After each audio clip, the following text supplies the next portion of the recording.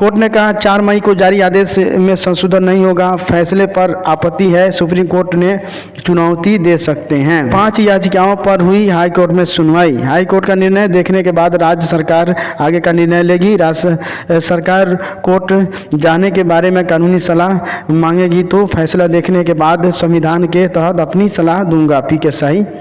महाधिवक्ता Bihar.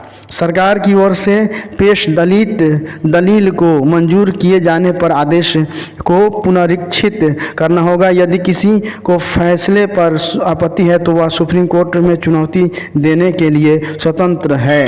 High court. Thank you friends, फिर मिलते हैं नेक्स्ट वीडियो के माध्यम से।